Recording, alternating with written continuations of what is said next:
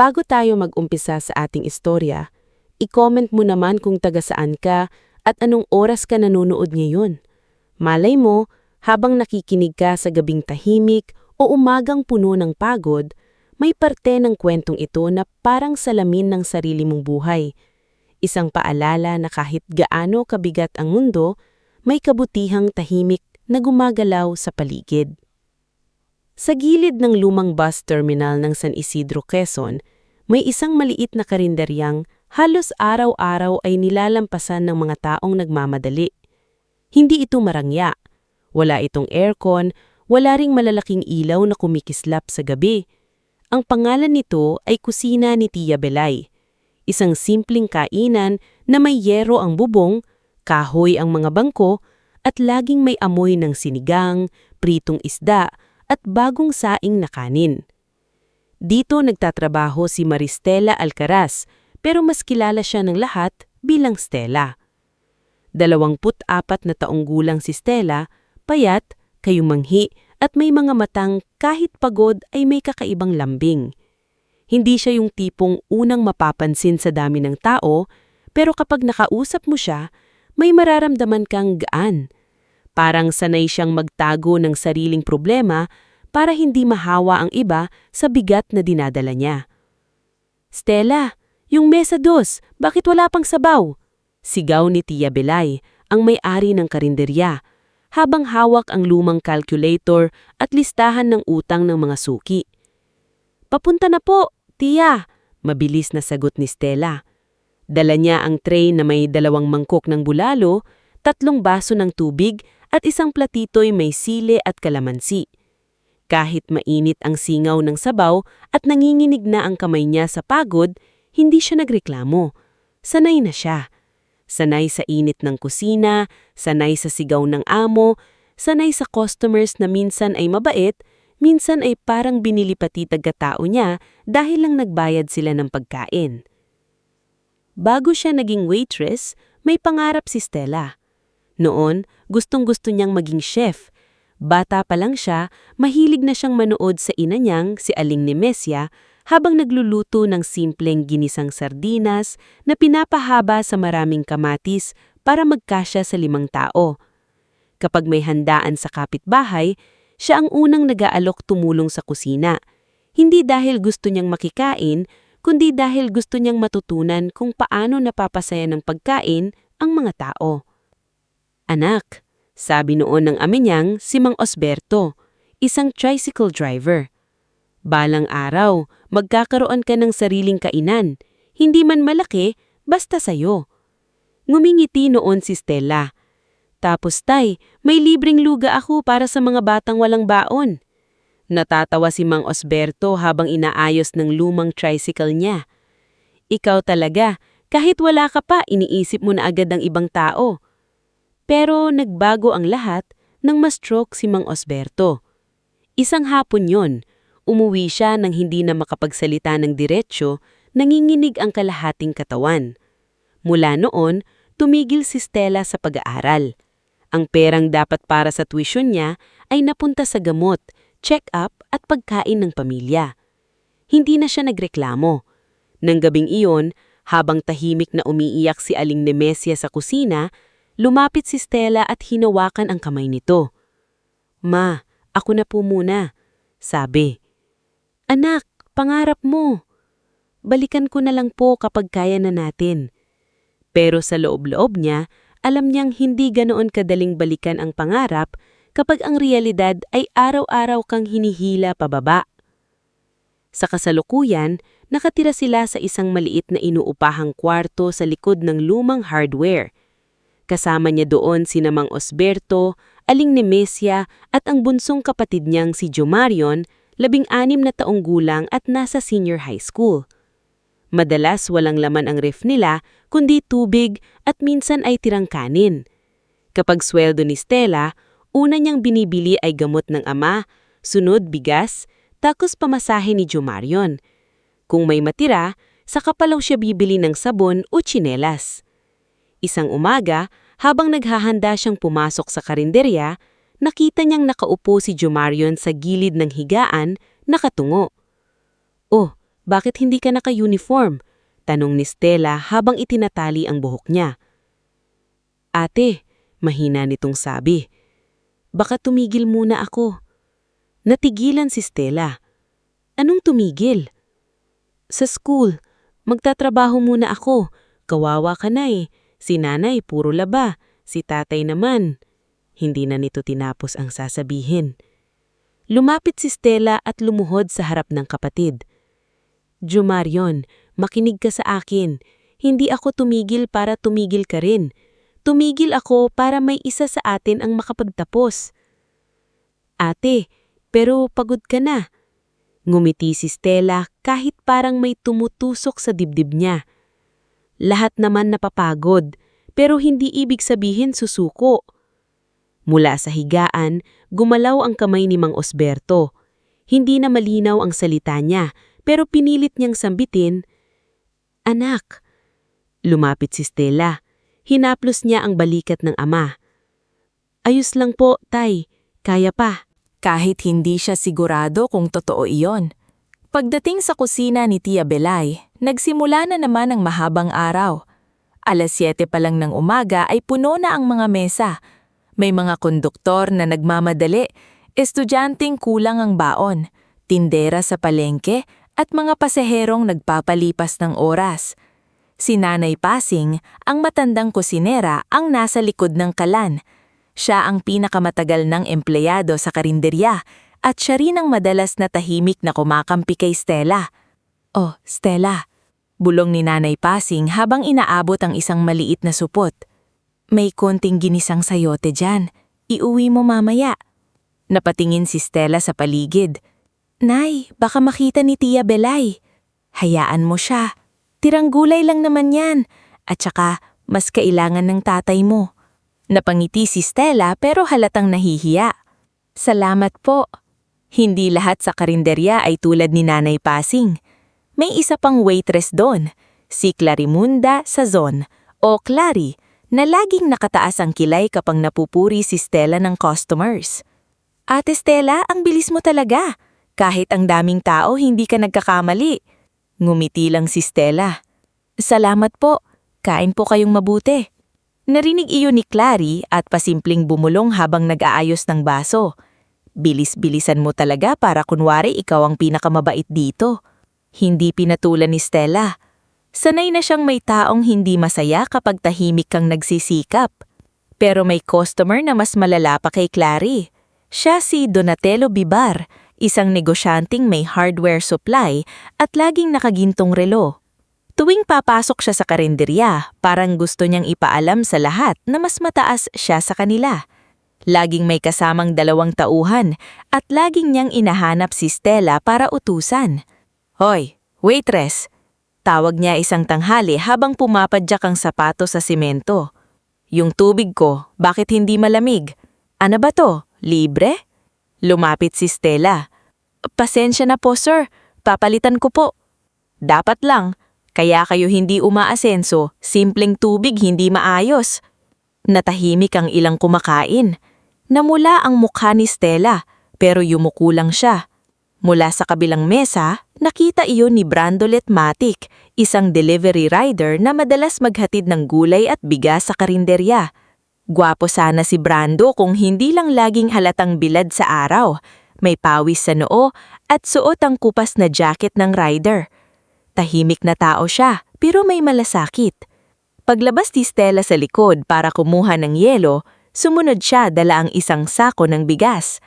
Ako nang magbubuhat niyan, sabi ni Brando.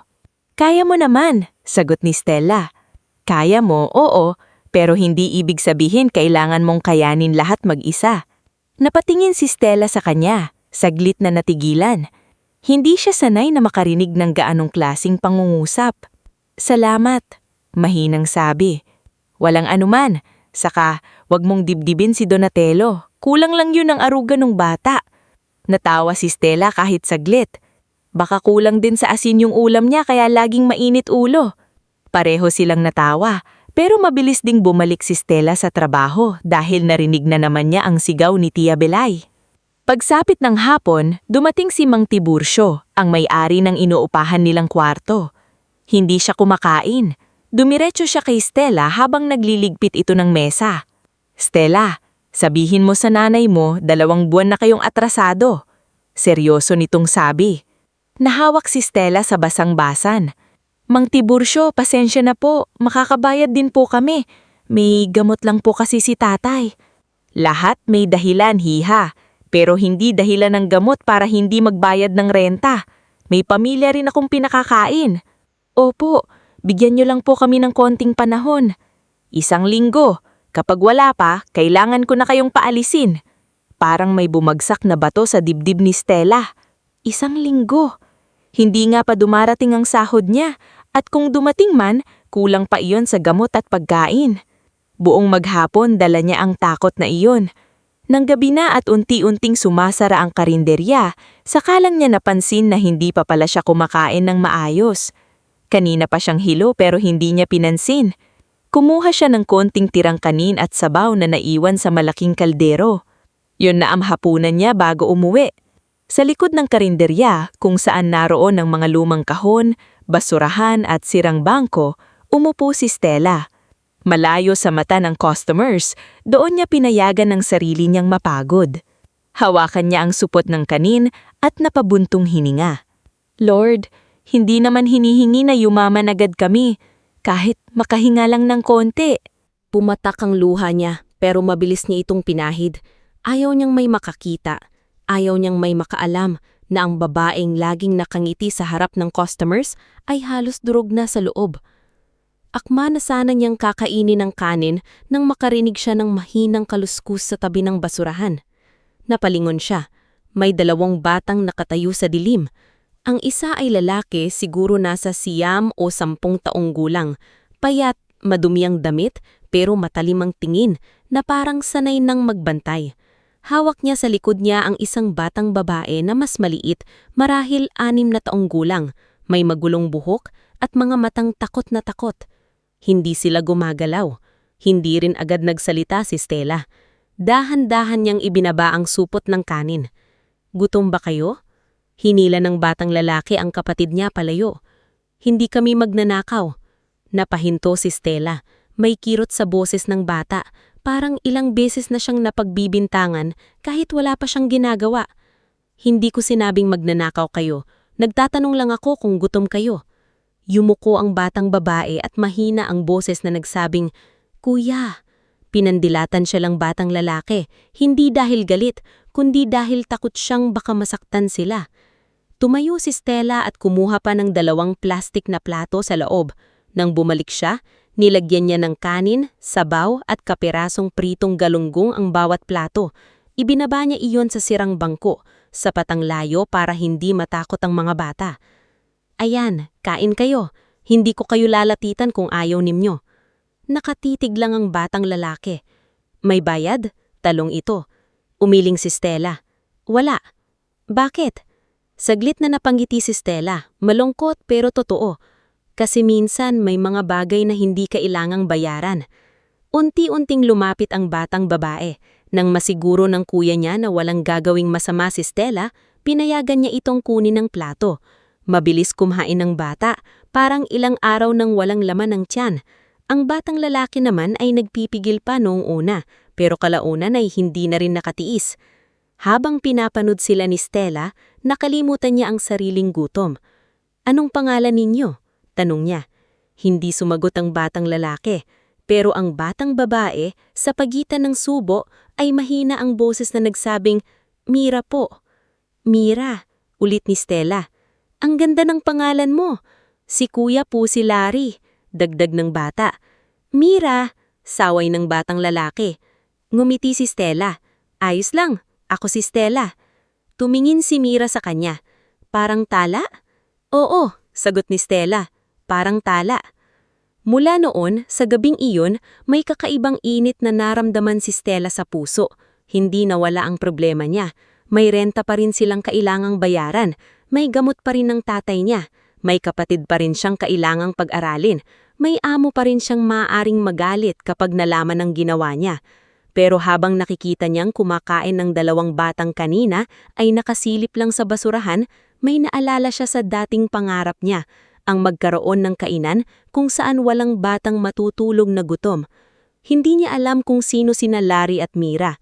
Hindi niya alam kung saan sila galing, kung bakit sila nasa terminal, o kung bakit parang may takot silang dala kahit musmus pa sila. Ang alam lang niya, nang gabing iyon, may 2 batang nangangailangan ng pagkain at siya ang taong nandoon. Sa hindi kalayuan, sa kabilang kanto na halos natatakpan ng dilim, may nakaparkang itim na sasakyan. Hindi ito bagay sa lugar. Masyado itong makintab, masyadong tahimik, masyadong mahal para sa kalsadang puno ng alikabok at tambak ng basura. Sa loob nito, may isang lalaking nakaupo sa likod. Nakasuot siya ng mamahaling Amerikana, pero ang mukha niya ay hindi mukha ng taong masaya sa yaman. Malalim ang mga mata niya, parang ilang taon nang hindi nakakatulog ng may payap. Tahimik siyang nakatingin kina Larry at Mira. Nang makita niyang pinunasan ni Stella ang bibig ni Mira gamit ang malinis na tissue, napako yung mga kamay niya. Nang makita niyang binigyan ni Stella ng dagdag na sabaw si Larry, nanginig ang labi niya. Mahina siyang bumulbong, halos hindi marinig ng driver. Hindi ako nagkamali. Napatingin ang driver sa rearview mirror. Sir Aurelian. Hindi sumagot ang lalaki. Nanatili siyang nakatingin sa likod ng karinderya. Sa 2 batang akala ng mundo ay wala na. At sa mahirap na waitress na hindi alam na ang munting kabutihang ginawa niya sa gabing iyon ay magiging simula ng pagbabalik ng isang pamilyan matagal nang winasak ng lihim. Bago tayo mag-umpisa sa kasunod na parte ng ating istorya, i-comment mo naman kung taga saan ka at anong oras ka nanonood ngayon. Baka habang sinusundan mo ang kwento ni Stella, maalala mo rin ng mga panahong may taong tumulong sa'yo nang hindi mo inaasahan. O baka ikaw mismo ang naging ilaw sa buhay ng isang taong halos mawalan na ng pag-asa. Mula ng gabing iyon sa likod ng kusina ni Tia Belay, may nagbago sa takbo ng araw ni Stella Alcaraz. Dati, paggising niya sa umaga, ang una niyang iniisip ay kung paano pagkakasyahin ng pera para sa gamot ni Mang Osberto, pamasahe ni Jo Marion at pagkain nila sa maliit na inuupahang kwarto. Ngunit ngayon, bukod sa pamilya niya, may 2 pang batang laging niyang inaalala, si Larry at si Mira. Hindi niya sila hinanap kinabukasan. Hindi rin niya alam kung babalik pa ang magkapatid. Sa totoo lang, buong araw siyang hindi mapakali habang nagsisilbi ng pagkain sa karinderya. Sa bawat batang dumadaan sa harap ng kainan, napapalingon siya. Sa bawat kaluskos sa likod ng kusina, napapahinto siya. "Stella, bakit parang lutang ka mayon?" Tanong ni Nanay Pasing habang hinahalo ang malaking kaldero ng sinigang. 3 beses mo nang napunasan niyang mesa kahit malinis na. Nahawak ni Stella sa basahan. "Wala po, Nay. Iniisip ko lang po yung 2 bata kagabi." "Yung pinakain mo?" "Opo."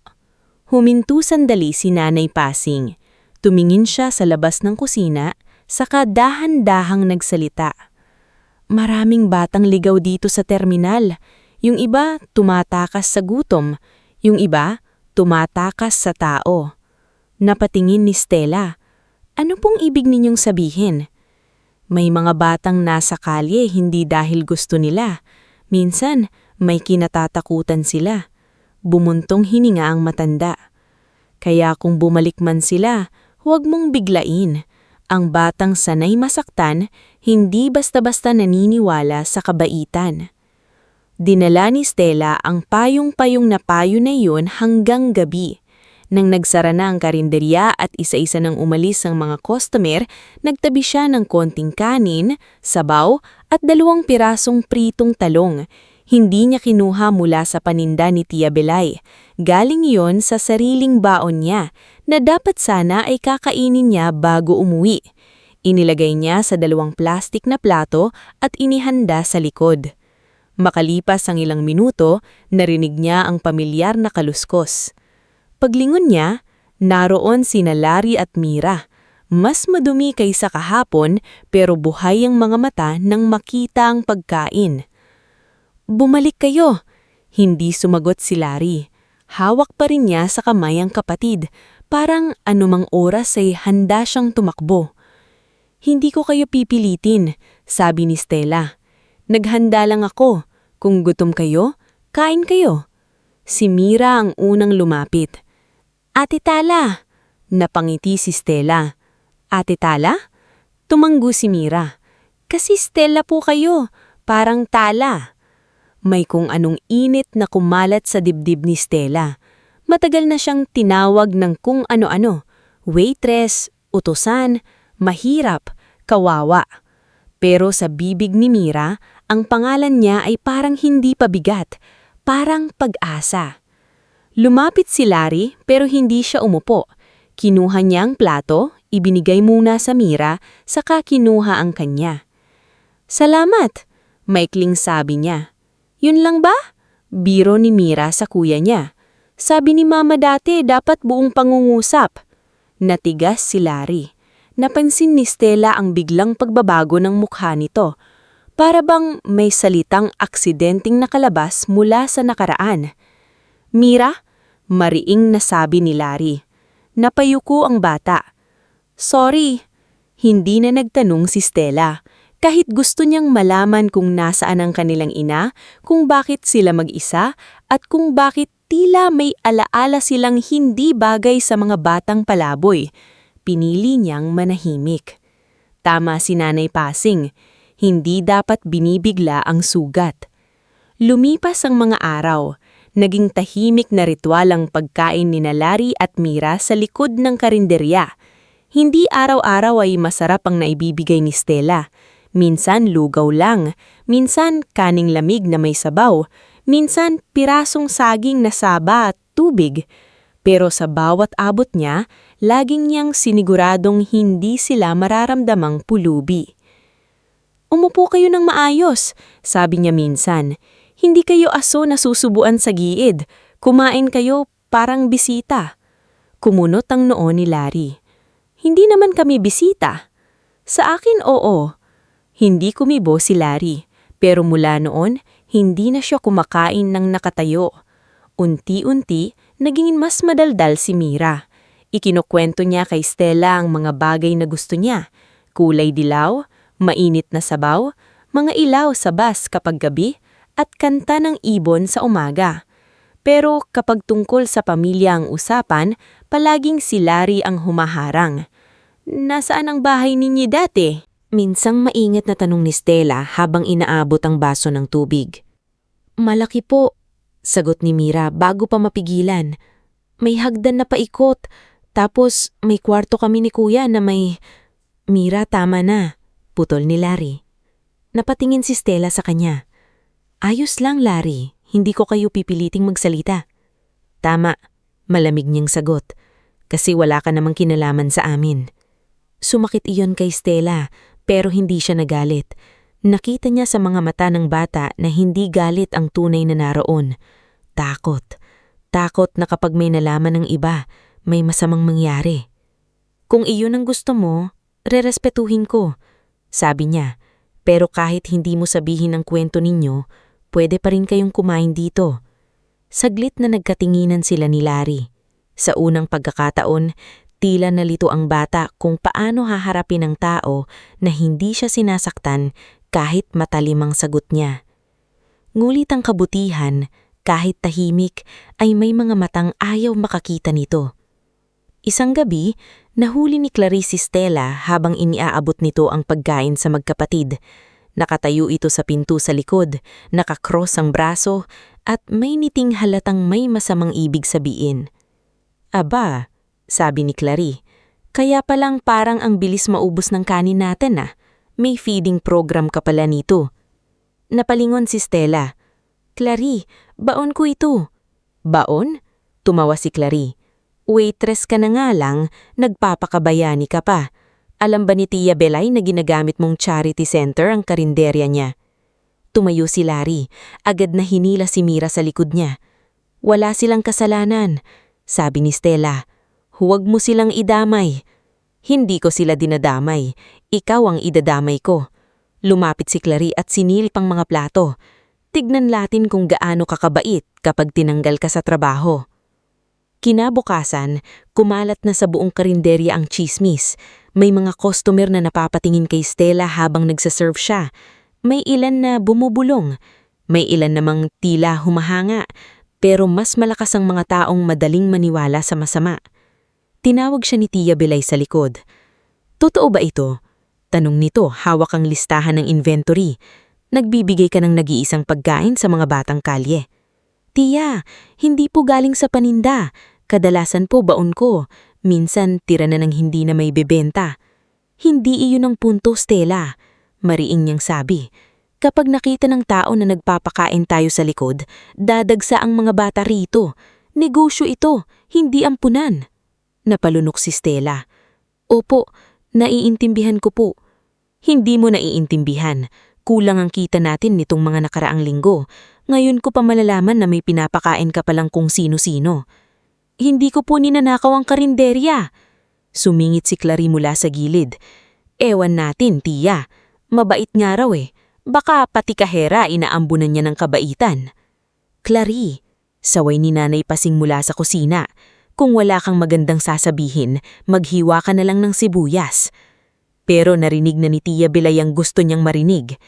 "Mula ngayon, bawal nang may batang tatambay sa likod. Kapag nahuli ko ulit, kaltas sa sahod mo. Kung umulit pa, tanggal ka." Hindi sumagot si Stella. Yumuko siya, pero sa loob niya ay naglalaban ng takot at awa. Nang gabing iyon, hindi siya naglabas ng pagkain sa likod. Sinunod niya si Tia Belay, pero habang naglilitpit siya, hindi siya mapakali. Parang may pinipisil sa puso niya. "Uuwi ka na?" tanong ni Brandon habang ibinababa ang huling sako ng bigas. "Oo," sagot ni Stella, pero hindi siya makatingin ng diretso. "May hinahanap ka." Napahinto siya. "Yung dalawang bata?" dagdag ni Brandon. Hindi siya nakasagot. Bumuntong hininga si Brandon. Kanina pang may batang babae sa gilid ng terminal, nakaupo sa tabi ng poste, parang may sakit. "Mira?" Bumagsak ang dibdib ni Stella. "Mira?" Hindi na siya naghintay. Tumakbo siya sa labas ng karinderya, halos nadulas sa basang simento. Nakita niya si Larry sa gilid ng terminal, nakayakap sa Mira na namumutla at nanginginig. "Larry!" sigaw ni Stella. Agad na tumayo si Larry. "Huwag kang lalapit." Pero nang makita ni Stella ang lagay ni Mira, hindi na siya nagpatinag. Lumuhod siya at hinawakan ng noon ng bata. Napakainit. "May lagnat siya," sabi ni Stella. "Kailangang dalhin sa klinik." "Wala kaming pera," sagot ni Larry, nanginginig ang boses. Hindi pera ang inuuna kapag may sakit ang bata. Tinulungan siya ni Brandon na buhatin si Mira papunta sa maliit na klinik ni Dr. Elpida Moncaño, isang retiradong doktor na may maliit na silid gamutan malapit sa palengke. Matanda na si Dr. Elpida, pero malinaw pa ang isip at matalas pa ang mata. Pagkakita pa lang kay Mira, kumilos agad siya. "Ihiga rito. Stella, kumuha ka ng tubig. Brandon, pakiabot ang thermometer." Tahimik lang si Larry sa sulok, nakatingin sa lahat na parang handa pa ring tumakas. Matapos siyang suriin ni Mira, seryosong tumingin si Dr. Elpida kay Stella. "Malnourished ang bata. May impeksyon din. Hindi pa malala, pero kung pinabayaan ito, delikado." Napahawak si Stella sa dibdib. "Gagaling po ba siya?" "Oo, basta may gamot, pahinga at maayos na pagkain." Tumingin ang doktora kay Larry. "Ikaw bata, ipakita mo ang braso mo." Umatras si Larry. "Ayos lang ako." "Hindi kita tinatanong kung ayos ka. Sabi ko, ipakita mo ang braso mo." Nagkatinginan sila. Sa huli, dahan-dahang tinaas ni Larry ang manggas niya. Nakita ni Stella ang pasa sa braso nito. Luma na ang iba, pero may bahid pa ng dilaw at asul. Nanlamig si Stella. "Sinong gumawa nito?" Mahinang tanong. Walang sagot si Larry. "Mula ba ito sa pagkakadapa?" tanong ni Doktora Elpida, kahit halatang alam niyang totoo. Napayuko si Larry. "Hindi ko maalala." Pero sa bigat ng katahimikan, alam nilang lahat na nagsisinungaling ang bata, hindi para manloko, kundi para mabuhay. Pagkatapos bigyan ng gamot si Mira, dinala muna ni Stella at Brandon magkapatid sa bahay ng pamilya Alcaraz. Maliit lang ang kwarto nila, pero malinis. Nagulat si Aling Nemesia nang makita ang dalawang bata. "Stella, sino sila?" "Ma, Huminga ng malalim si Stella. Mga batang tinutulungan ko po, may sakit si Mira. Nung una, sumangot si Aling Nemesya. Anak, tayo nga halos wala na. Paano pa tayo magdadagdag? Hindi sumagot si Stella. Sa halip, inayos niya ang lumang unan para mahigaan ni Mira. Si Larry ay nanatiling nakatayo malapit sa pinto. Nang makita ni Aling Nemesya ang mukha ni Mira na pawis at namumutla, napalambot ang ekspresyon niya. Pumasok siya sa aparador at kinuha ang lumang kumot ni Jumarion. Ibalot mo sa kanya, sabi niya kay Stella. Baka giniginawon. Napatingin si Stella sa ina. Ano? Sabi ni Aling Nemesya, pilit na mataray. Hindi porket mahirap tayo, bato na puso natin. Sa sulok, pinanood iyon ni Mang Osberto mula sa higaan. Pinilit niyang itaas ang kamay. At nang lumapit si Larry, bahagya nitong hinawak ang ulo ng bata. Walang malinaw na salitang lumabas pero naintindihan ni Stella ang ibig sabihin. Kawawa ang muna bata. Kinabukasan, bumuti ng kaunti ang kalagayan ni Mira. Ngunit hindi pa man tuluyang nakakabawi, may panibagong panganib na dumating. Sa likod ng terminal, habang hinahanap ni Stella ang tsinelas na naiwan ni Mira, may dumating na babaeng naka-blazer kahit mainit ang panahon. Maayos ang ayos ng buhok, pulang-pula ang labi at may ID lace na nakasabit sa leeg. Siya si Severina Galvante, isang social worker na kilala raw sa lugar pero may kakaibang lamig sa tingin. Kasama niyang dalawang lalaki, si Kulambo, malaki ang katawan at puro tatu ang braso, at si Tisoy Barde, payat ngunit tuso ang ngiti. Ikaw si Stella? Tanong ni Severina. Opo, bakit po? Nabalitaan naming may kinukukop kang 2 menor de edad. Hindi mo ba alam na iligal yon? Hindi nagustuhan ni Stella ang tono niya. Hindi ko sila kinukukup. Tinulungan ko lang po dahil may sakit yung isa. Mas lalong dapat silang dalhin sa tamang pasilidad. Nasaan sila? Hindi agad sumagot si Stella. Lumapit si Kulambo. Tinatanong ka ng maayos. Kung social worker po kayo, bakit parang may nananakot? Matapang na sabi ni Stella kahit nanginginig ang tuhod niya. Gumiti si Severina pero walang init iyon. Hiha, wag kang bida-bida. Ang mga batang kalye dapat nasa sistema, hindi sa likod ng karinderya, hindi sa bahay ng waitress. Sa mga sandaling iyon, hindi alam ni Stella na si Severina ay hindi tagapagligtas. Hindi niya alam na ginagamit nito ang mga batang lansangan para sa peking charity reports, litrato at donasyon. Hindi rin niya alam na may taong mas makapangyarihan sa likod ng babaeng ito, isang taong matagal nang gustong manatiling nawawala sina Larry at Mira. Kinagabihan, bumalik sina Kulambo at Tisoy, hindi nakasama si Severina. Diretso silang pumunta sa likod ng kusina ni Tia Bel kung saan nila inaakalang naroon ng magkapatid. Nasa loob ng kusina si Stella, naghuhugas ng plato, nang marinig niya ang pigil na sigaw ni Mira. Kuya! Binitawan ni Stella ang plato. Paglabas niya, nakita niya si Kulambo na hawak sa braso si Larry, habang si Tisoy naman ay pilit na inaabot si Mira. Bitawan niya sila, sigaw ni Stella. Tumawa si Kulambo. Ikaw na naman. Tumakbo si Stella at hinala si Mira papunta sa kanya. Wala kayong karapatang kunin sila. At ikaw meron?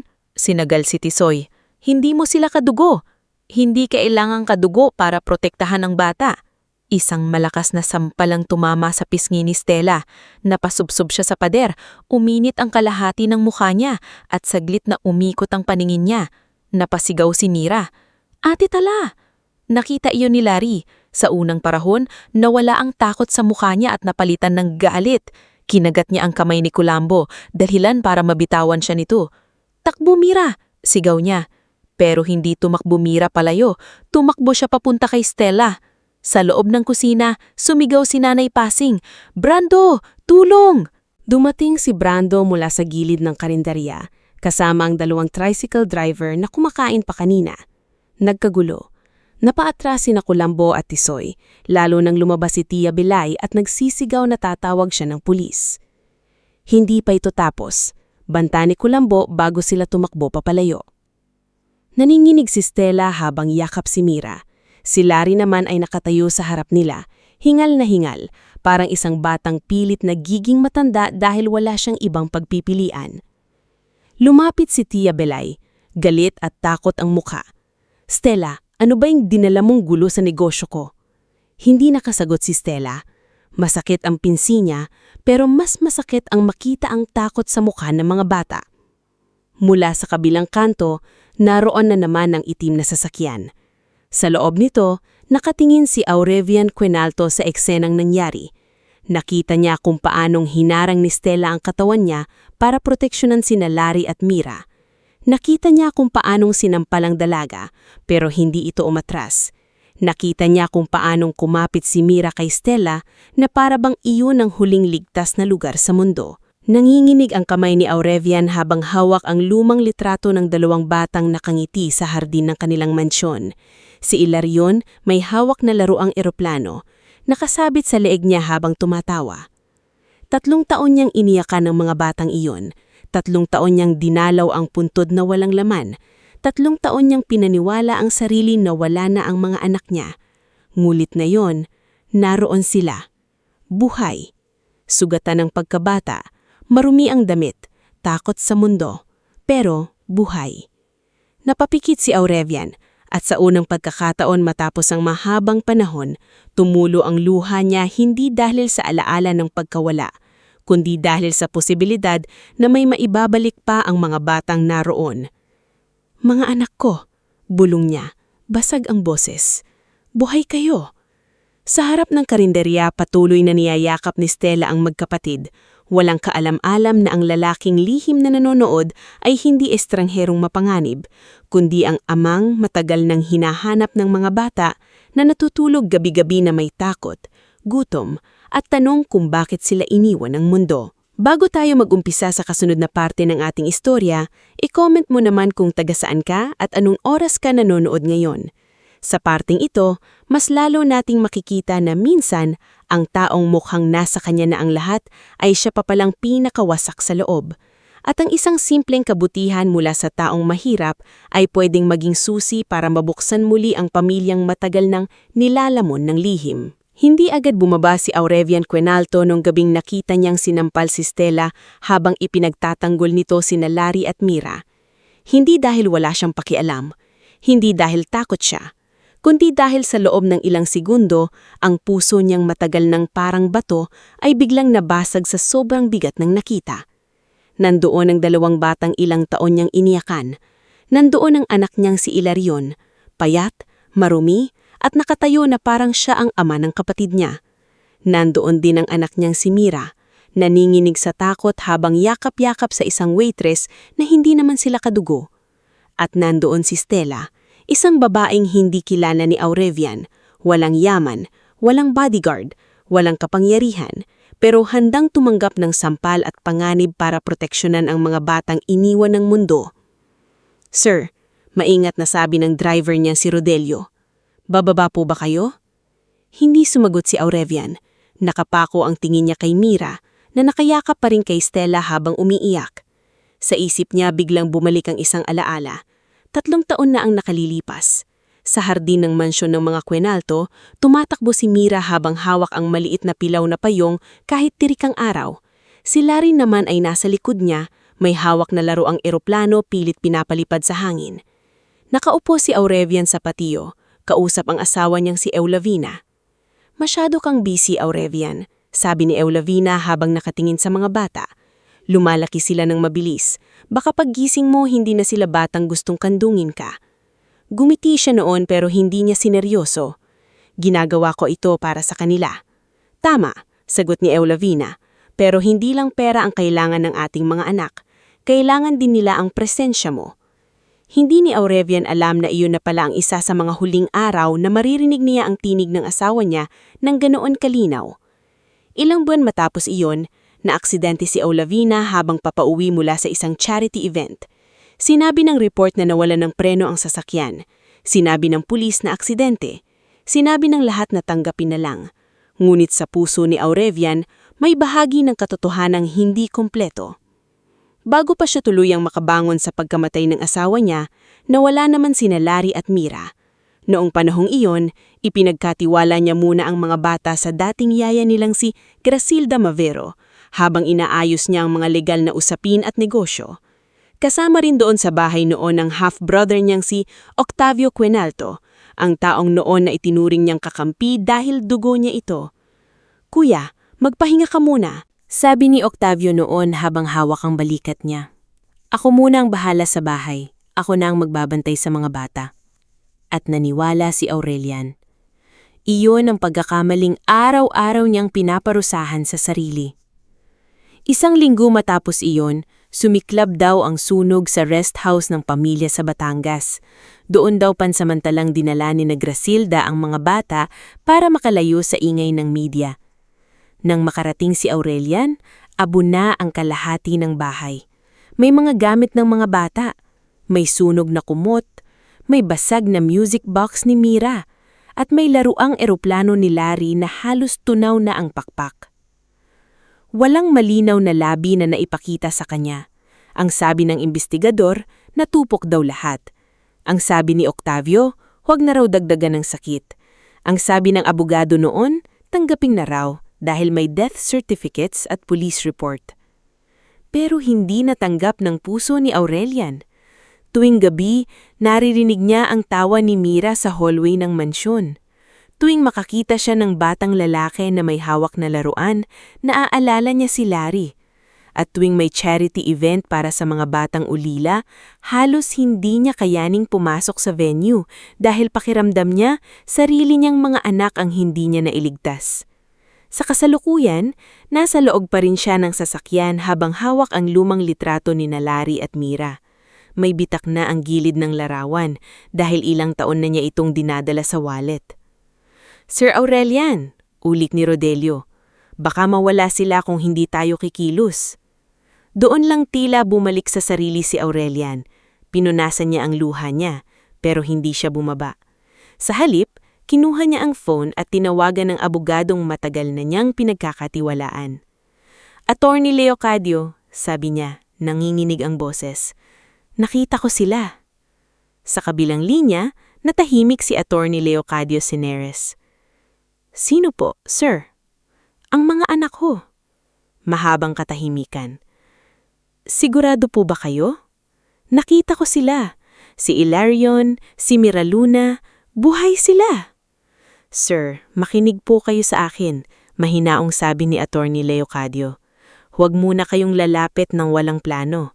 Kung totoo ito, ibig sabihin may malaking panlulokong nangyari. Kung may mga taong nagtago sa kanila, baka bantayan pa rin sila. Kapag nalaman nilang alam ninyo, pwedeng ilipat o saktan ng mga bata.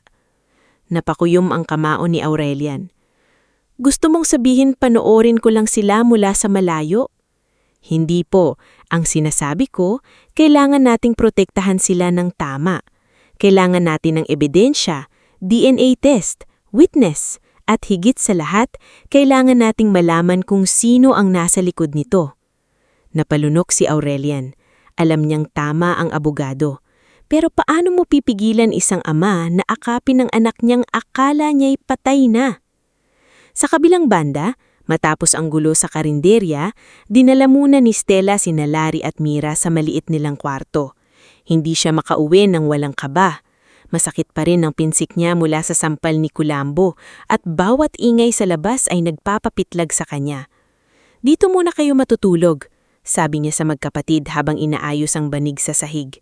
Hindi ko alam kung ligtas kayo sa terminal ngayon. Bakit mo ginagawa ito? Tanong ni Larry. Napatingin si Stella. Ang alin? Lahat. Pinakain mo kami, dinala mo si Mira sa klinik, sinaktan ka dahil sa amin. Hindi mo naman kami kilala. Tahimik na inayos ni Stella ang kumot bago sumagot. Hindi ko kailangang malaman ang buong kwento ninyo para malaman na kailangan nyo ng tulong. Pero paano kung masama kami? Napangiti si Stella pero may lungkot iyon. Walang batang masama dahil lang natuto siyang matakot. Napatigil si Larry, para bang may tinamaang malalim sa loob niya. Sa sulok, nakahiga si Mira sa tabi ni Aling Nemesia na hinahaplos ang buhok ng bata. Si Mang Osberto naman ay nakatingin mula sa higaan, may lungkot sa mga mata na hindi nakasing lakas ng bati ang katawan pero malinaw pa rin ang awa. Anak, sabi ni Aling Nemesia kay Stella nang makalabas sandali sina Larry at Jomarion para bumili ng tubig. Delikado ang pinapasok mo. Alam ko po, Ma. Hindi ito simpleng batang gutom. may humahabol sa kanila. Napaupo si Stella. Hindi ko rin alam ang gagawin ko, pero kung palalayasin natin sila, saan sila pupunta? Hindi nakasagot ang ina dahil pareho nilang alam ang sagot. Babalik ang mga bata sa dilim. Kinabukasan, hinarap ni Stella ang panibagong dagok. Pagdating niya sa kusina ni Tia Belay, ramdam niya agad ang bigat ng tingin ng lahat. Si Clary ay nasa gilid, halatang may inaabangang esena. Si Nanay Pasing naman ay malungkot na nakatingin sa kanya. "Tia," mahinang bati ni Stella. Hindi nung ngumiti si Tia Belay. "Stella, hindi ko na kaya ang gulo." "Tia, kung tungkol sa kagabi." "Kagabi?" Putol nito. "May nananakot sa likod ng karinderya ko. May batang umiiyak, may mga driver na muntik ng makipagsuntukan, at ngayon may nagsasabi pang baka may pulis na madamay dito. Negosyo ang pinapatakbo ko, hindi bahay ampunan." Napahawak si Stella sa laylayan ng apron niya. "Kailangan ko po ang trabaho." Alam ko, saglit na lumambot ang mukha ni Tia Belay, pero nanaig ang trakot. "Pero kailangan ko ring protektahan ang kabuhayan ko. Pahinga ka muna, huwag ka munang pumasok." "Pahinga po o tanggal?"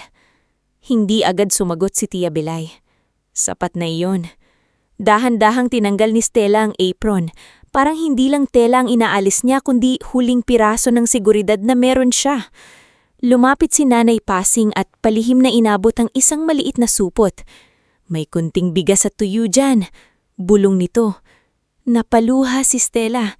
"Nay, huwag kang iiyak dito, baka matuwa pa ang iba."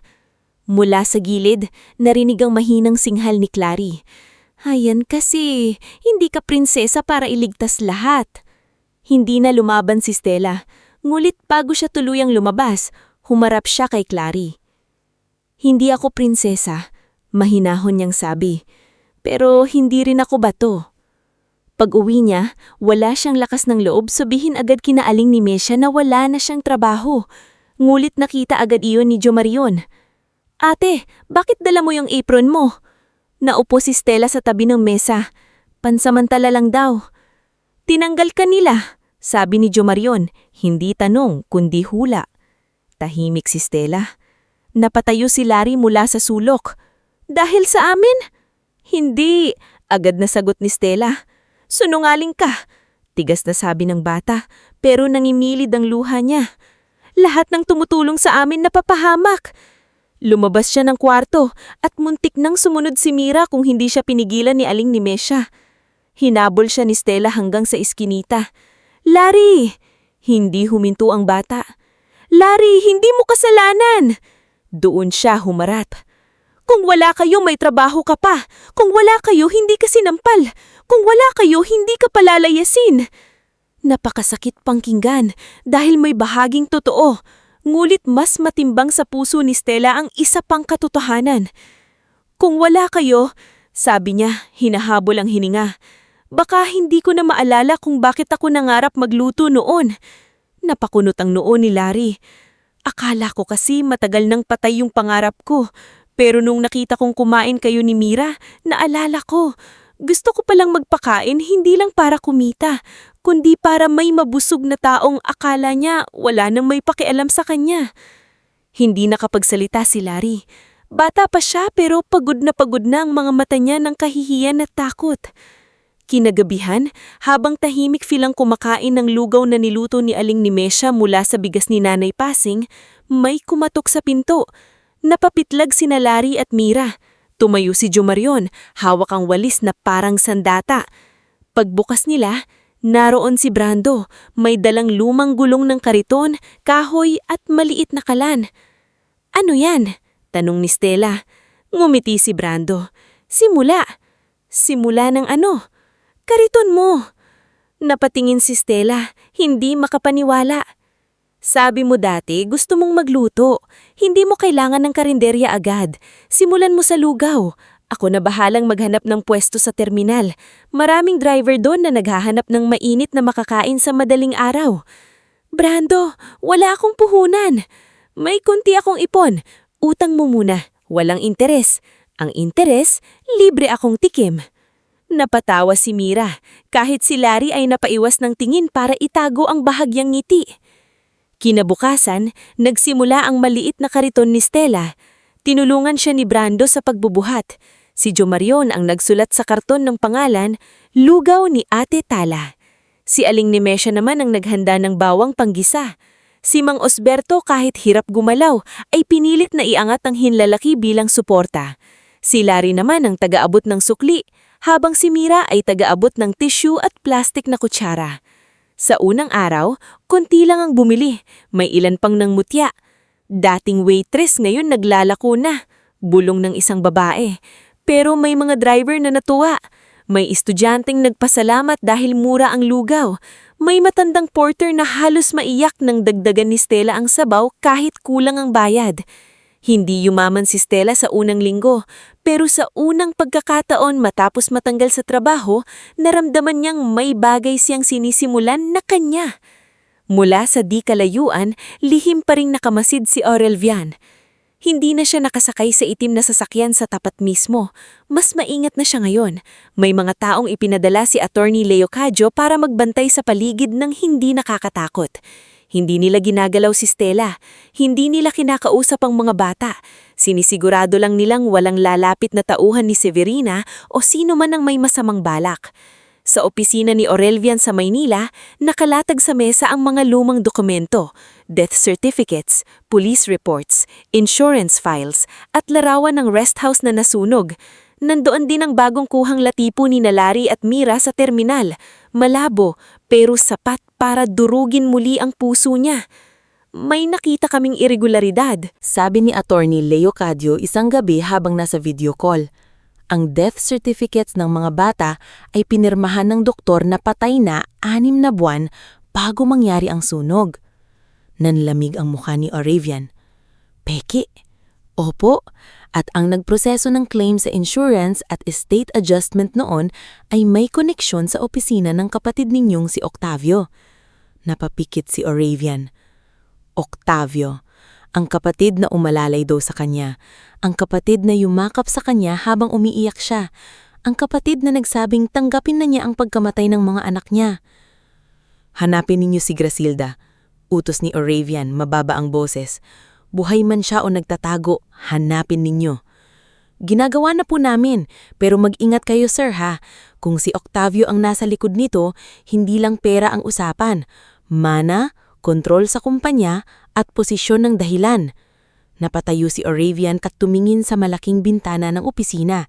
Sa labas, kumikislap ang lungsod. Nasa kanya ang mga gusali, hotel, kumpanya at perang hindi niya kayang ubusin. Pero sa loob ng 3 taon, wala siyang naisalbang mahalaga. Kung kailangan kong sunugin ang buong imperyo ko para mabawi ang mga anak ko, sabi niya, gagawin ko. Samantala, sa terminal, isang gabi matapos magsara ang kariton, masaya sina Mira at Stella habang binibilang ang barya. Ate Tala, may kita tayo? Tanong ni Mira. Meron, nakangiting sagot ni Stella. Hindi malaki, pero meron. Bibili tayo ng maraming kanin bukas? Oo, at gamot mo rin. Si Larry naman ay tahimik na nag-aayos ng mga mangkok. Ngunit habang naglalakad sila pa uwi, napansin niyang may 2 lalaking sumusunod sa kanila. Hindi sina Kulambo at Tisoy, pero pareho ang lamig sa tingin. Stella, mahina niyang sabi. Naramdaman agad ni Stella ang kaba. Hinawakan niya si Mira. Bilisan natin! Pagliko nila sa madilim na eskinita, biglang humarang ang isang van. Bumukas ang pinto at lumabas si Tisoy Barde. May pasa pa sa mukha mula sa nakaraang gulo. Sabi ko sa inyo, hindi pa tapos, nakangiting niyang sabi. Mula sa likod, lumitaw si Kulambo at isa pang lalaki. Hinablot ni Kulambo ang braso ni Larry. Sumigaw si Mira. Si Stella, kahit walang laban, itinulak ang kaldero may natitirang mainit na sabaw. Tumama ito sa paa ni Tisoy, kaya napasigaw ito. Takbo! Sigaw ni Stella. Ngunit bago pa sila tuluyang makalayo, napalibutan sila. Dumating si Brando sakay sa motor, kasama ang ilang tricycle driver. Bitawan niya sila!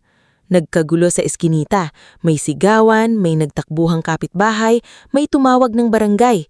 Ngunit bago pa tuluyang lumala, huminto ang 3 itim na sasakyan sa dulo ng kalsada. Bumukas ang gitnang pinto. Bumaba si Oravian Kenalto. Tahimik ang kanyang hakbang, pero ang dating niya ay parang huminto ang buong paligid. Nakaitim siyang Amerikana. Walang sigaw, walang pagmamadali. Ngulit sa mga mata niya, may galit na ilang taon nang pinipigil. "Pakawalan ninyo ang bata," malamig niyang sabi. Napaatras si Tisoy. "Sino ha naman?" Lumapit ang mga security ni Oravian. Sa isang iglap, napalibutan ang mga tauhan ni Severina. Hindi makagalaw si Stella. Hindi niya kilala ang lalaking ito pero may kung anong bigat sa presensya nito. Si Mira ay nakatago sa likod niya. Si Larry naman ay nakatitig kay Oravian na parang may hinahalukay sa malabong alaala. Dahan-dahang lumapit si Oravian. Nanginginig ang kanyang kamay pero pinigilan niyang hawakan agad ang mga bata. "Ilarion!" Basag ang boses niyang tawag. Nanlaki ang mata ni Larry. "Mira Luna!" Humigpit ang hawak ni Mira sa damit ni Stella. "Ate Tala?" "Paano ninyo alam ang pangalan nila?" Saglit na hindi nakasagot si Oravian.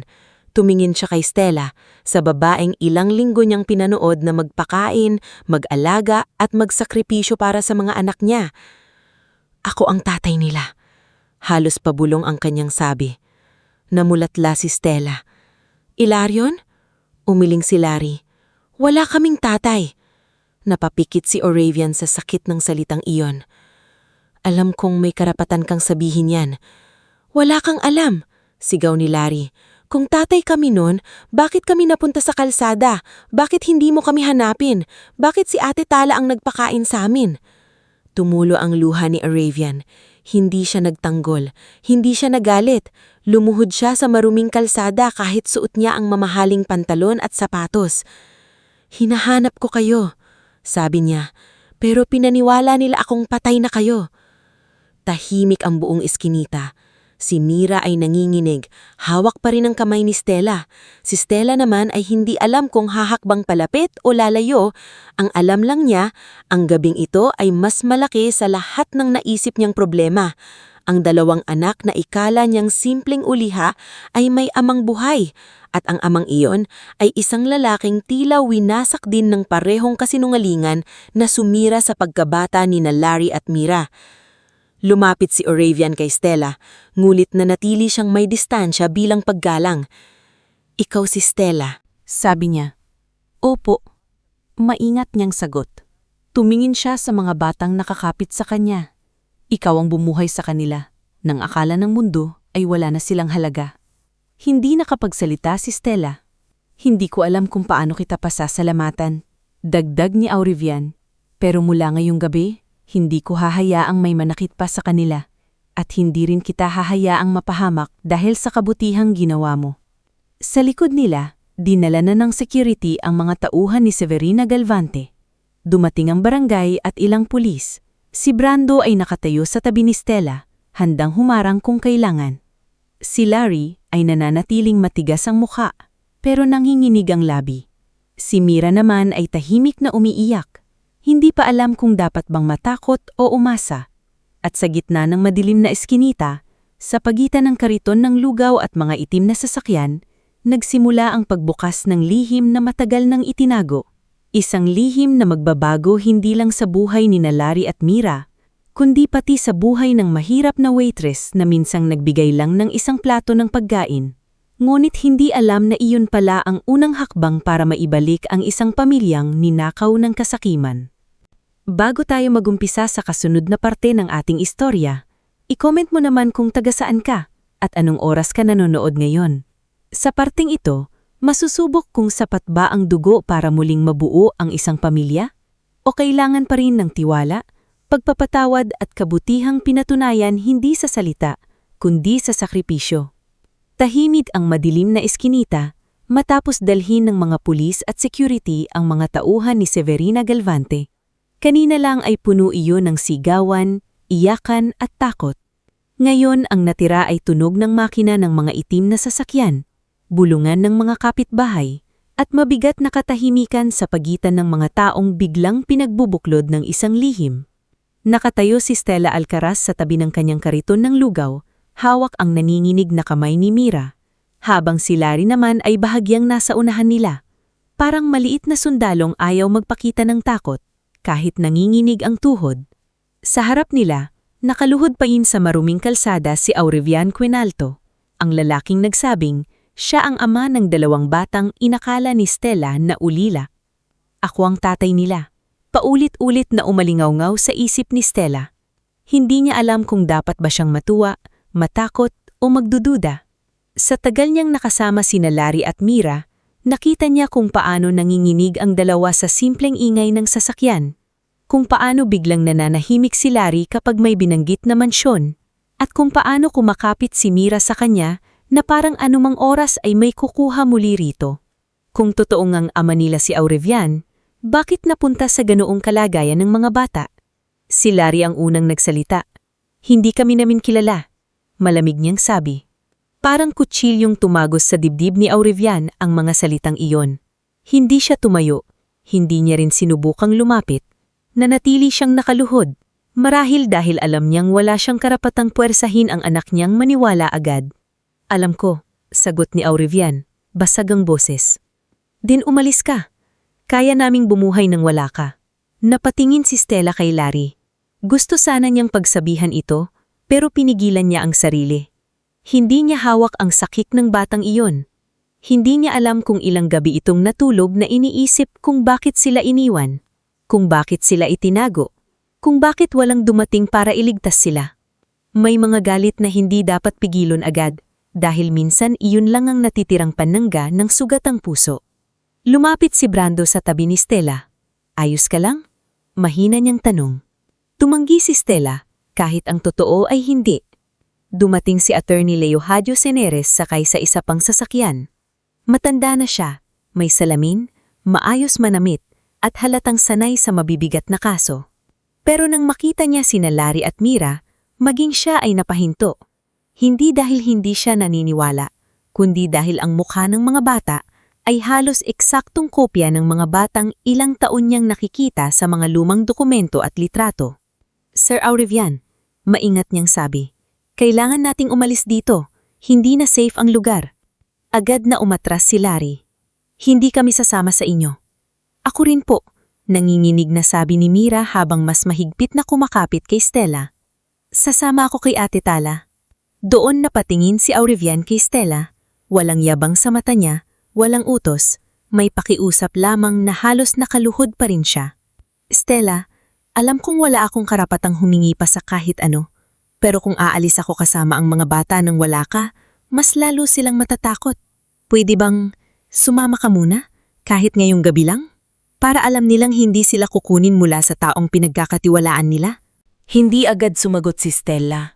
Naisip niya ang maliit nilang kwarto, si Mang Osberto na may sakit, si Aling Nemesia na tiyak na nag-aalala, si Jomarion na baka naghihintay sa kanila. Naisip din niya ang kariton na naging simula ng bagong kabuhayan niya. Ngunit nang tumingin siya kina Larry at Mira, alam niyang hindi pa tapos ang responsibilidad niya. Hindi ako sasama kung hindi nila gusto, sabi ni Stella. Tumingin si Mira kay Stella. Sama ka Ate Tala, tumanggo si Stella. Kung gusto ninyo. Si Larry ay matagal na tahimik, pagkatapos ay bumulong. Ikaw lang ang sasamahan namin. Tumayo si Aurelian, at kahit masakit iyon, tinanggap niya. Sige, kung iyon ang kailangan ninyo, iyon ang susundin natin. Dinala muna sila sa isang ligtas na bahay sa Maynila, hindi sa pangunahing mansyon niyang Quinalto.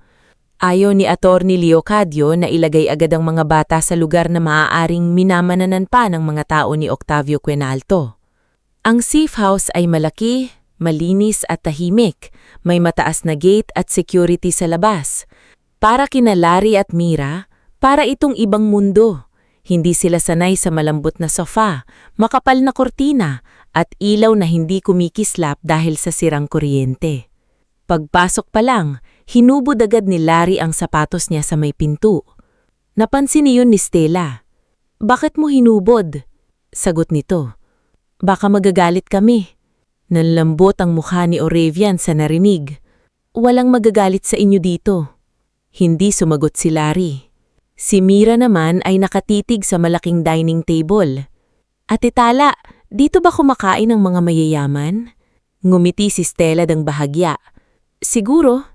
Ang haba ng mesa, parang pwedeng matulog. Napangiti rin si Brando na sumama para tulungan si Stella at siguraduhing ligtas sila. Huwag mo lang subukan, baka masyadong malamig. Sa gabing iyon, naghain ang staff ng sopas, tinapay, prutas at mainit na tsokolate. Ngunit hindi agad kumain ng mga bakaptid. Nakatingin sila sa pagkain na parang hindi sigurado kung para sa kanila ba iyon. Kain kayo. Mahinang sabi ni Orevian mula sa kabilang dulo ng mesa. Hindi kumilos si Larry. Lumapit si Stella, kumuha ng mangkok at umupo sa tabi nila. Tikman natin. Kapag hindi masarap, ako ang magrereklamo. Napangiti si Mira at sumubo. Si Larry, matapos siguraduhing naon na si Stella, ay saka palang kumain. Nakita iyon ni Orevian. Doon niya mas lalong naunawaan ang laki ng nawala sa kanya. Hindi lang taon, hindi lang mga kaarawan, kundi tiwala. Ang sariling mga anak niya ay mas kampante sa mahirap na waitress kesa sa kanya, ang ama nilang may kakayahang ibigay ang lahat. Sa gabing iyon, dumating sina Aling Nemesia, Jomarion at Mang Osberto sakay na van na ipinadala ni Orevian. Dahil hirap bumiyahe si Mang Osberto, may kasamang nurse na tumulong sa kanya. Nang nakita ni Stella ang pamilya niya, agad siyang lumapit. Ma, pasensya na po, hindi ako agad nakauwi. Niyakap ni Aling Nemesia siya. Ang importante, buhay ka. Anak, ano ba tong pinasok natin? Hindi alam ni Stella ang sasagot, kahit siya mismo hindi pa rin lubusang makapaniwala. Lumapit si Orevian kay Aling Nemesia at bahagyang yumuko. Ako po si Orevian Quenalto. Malaki po ang utang na loob ko sa anak ninyo. Tiningnan siya ni Aling Nemesia mula ulo hanggang paa. Kung utang na loob ang sasabihin ninyo, siguraduhin ninyong hindi nyo babayaran ang anak ko na parang binili ninyo ang kabutihan niya. Natigilan ang mga staff sa paligid, ngunit si Orevian ay hindi na-offend. Ang halip ay tumanggo siya. Tama po kayo, sabi niya. Hindi nabibili ang ginawa ni Stella. Sa mga sumunod na araw, naging maingat ang lahat. Hindi pinilit ni Orevian sina Larry at Mira na lumapit kanya. Ang halip, araw-araw siyang nandoon sa almusal, tanghalian at hapunan. Minsan, hindi niya kinakausap ang mga bata. Minsan, si Mira ay pasimpleng titingin kanya kapag akala nitong hindi niya napapansin. Si Larry naman ay laging nakasara ang mukha. Isang umaga, inilabas ni Orevian ng isang maliit na kahon. Nasa sala sina Stella, Mira, Larry at Attorney Leocadio. Dahan-dahan niyang inilabas ang lumang music box na may gasgas sa gilid. Nang laki ang mata ni Mira. Akin, mahinang sabi niya. Napatingin si Larry sa kapatid. Mira, lumapit si Orevian ng kaunti pero inilapag lang niya ang music box sa mesa. Sa mama mo ito, si Eulavina, ibinigay sa'yo nung ika-5 birthday mo. Dahan-dahan kinuha ni Mira ang music box. Nang pinihit niya ang maliit na susi sa likod, tumugtog ang mahina at pamilyar na melodiya.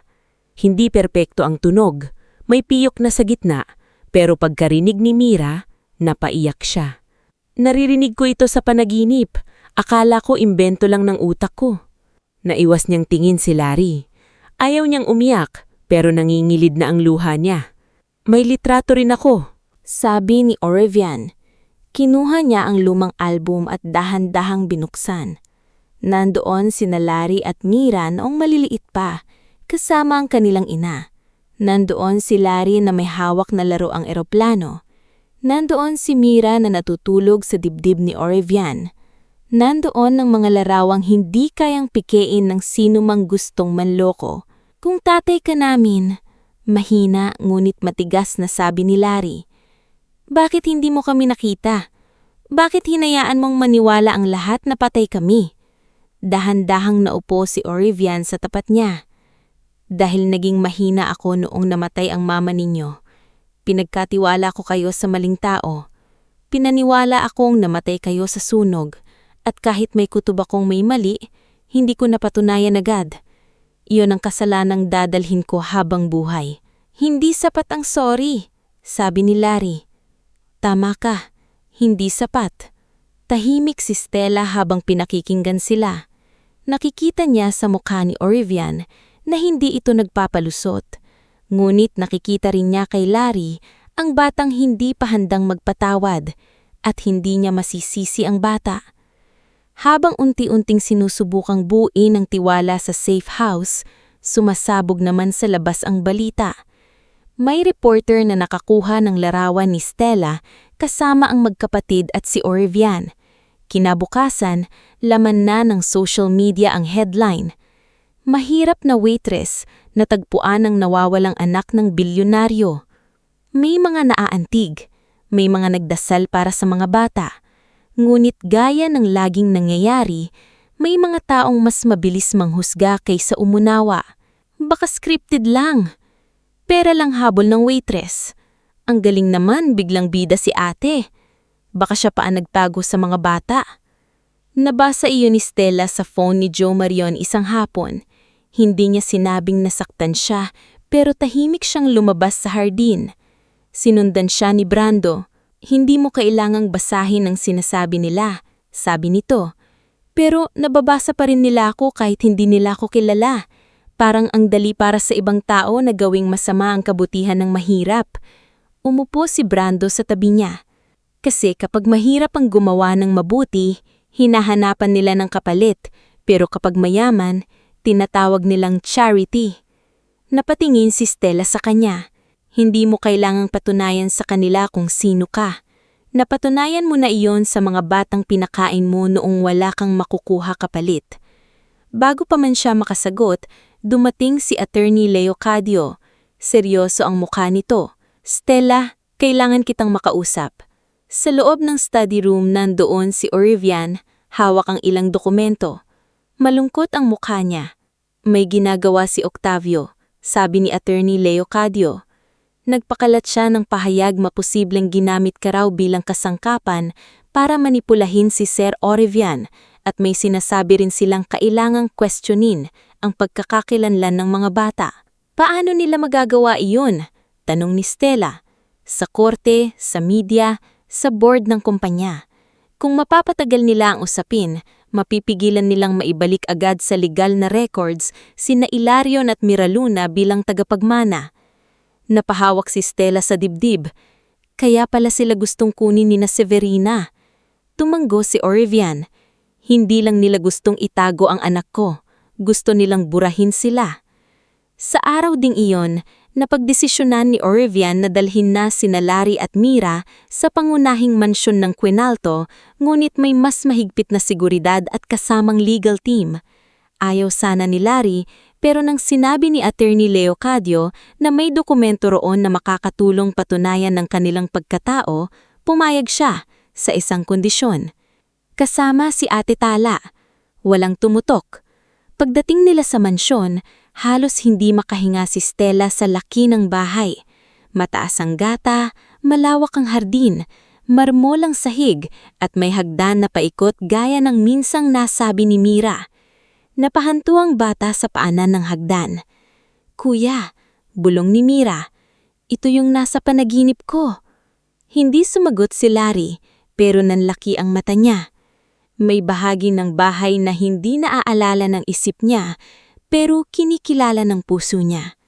Sinalubong sila ng head housekeeper na si Madam Veridiana Laksamana, isang babaeng nasa 50 ang anyos, matigas ang tindig at malamig ang tingin.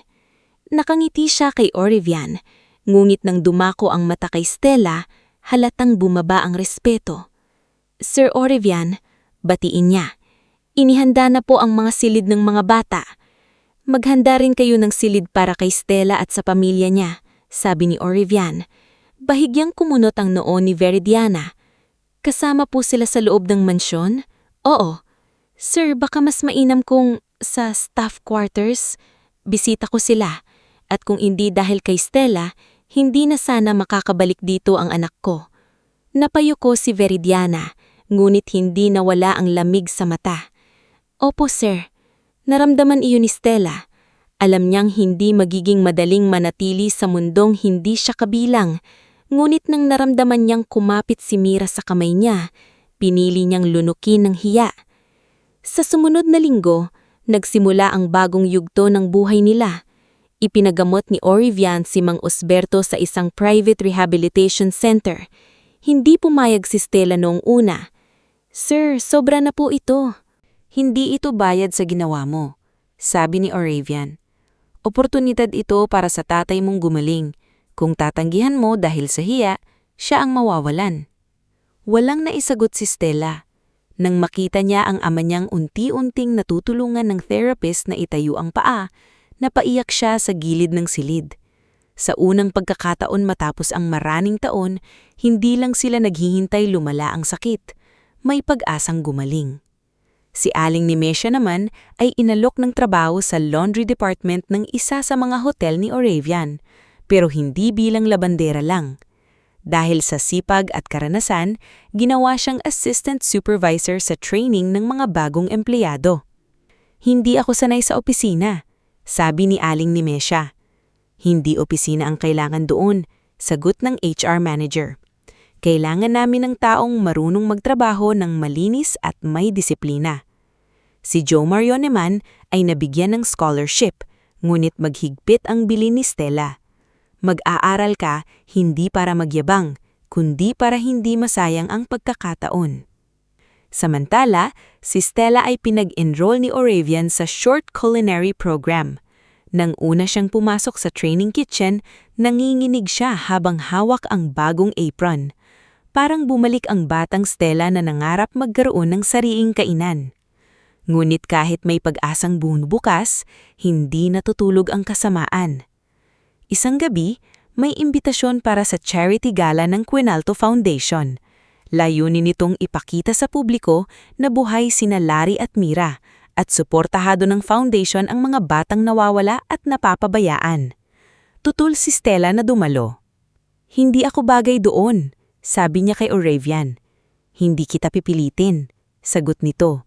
"Pero gustong-gusto ni Mira na nandoon ka."